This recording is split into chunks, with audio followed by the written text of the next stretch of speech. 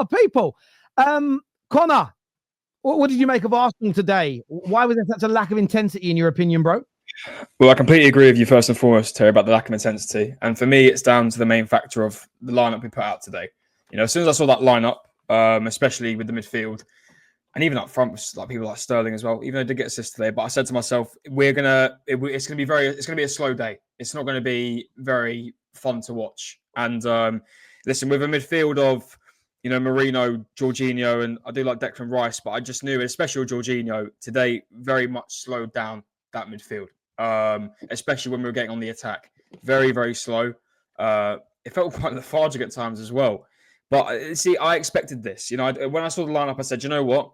I can now understand why today is going to be a bit of a tough day. But I do have to say I actually gave respect to the manager because I would have rather had this outcome today of a rotated side in a sense. I just thought it was a good idea, the fact that we had 5 of our main best players on the bench today. It made sense. The league's done. And I was actually kind of paranoid that Arteta would start the team against Madrid.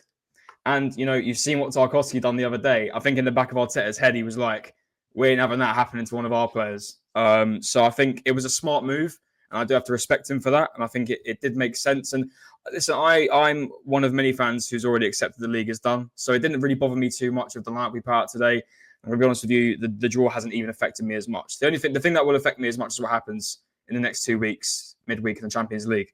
But honestly, it says it all really. Going forward, we were really poor today. It was a very good counter attack from Raheem Sterling and Trossard to get the goal. It was very, very good.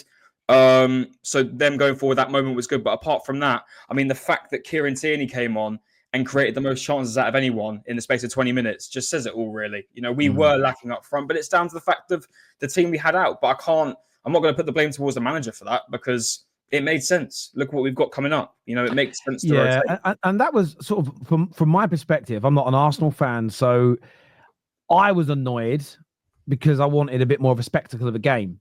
But it's not my team that's going to play Tuesday. Ash, how about yourself? The game wasn't particularly great, but was it more about just getting some players returning some minutes and getting ready for Tuesday, or did you want to see more from Arsenal today? How did you assess that, Ash?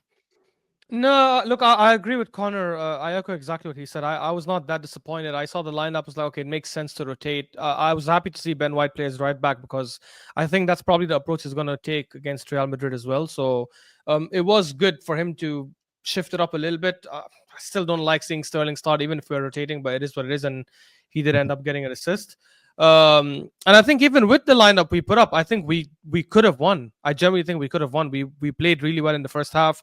Trossard obviously gave us the lead, and then he missed the chance after that, which rebounded to Declan Rice. And I think Declan Rice should have squared it to Sterling, who probably would have been able to tap it in.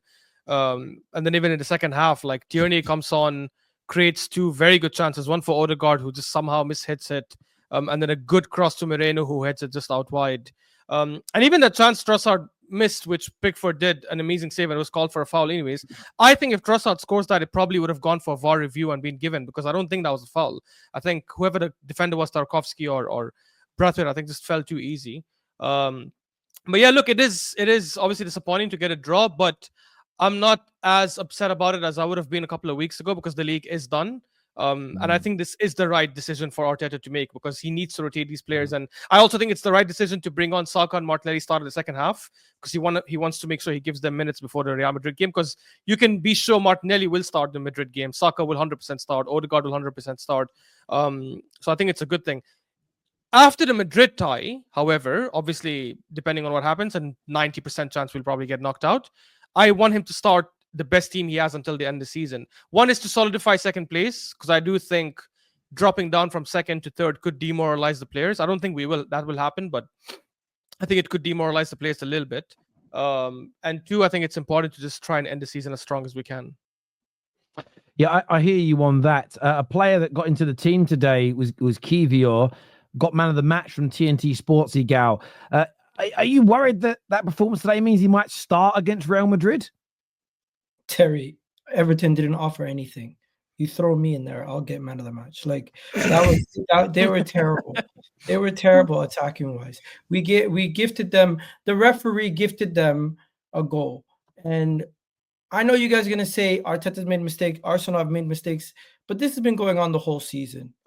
Bullshit refereeing after bullshit refereeing, poor decision after poor decisions, constantly costing us either by red cards, by giving away penalties at a crucial time, like the Brighton game and this game, and it's just boring at this point. Like, are they targeting Arsenal players? Are they targeting Miles Lewis-Skelly? Should we go down the rabbit hole of conspiracy theories? Because that's how I kind of feel at times. Because it does come off as like, why?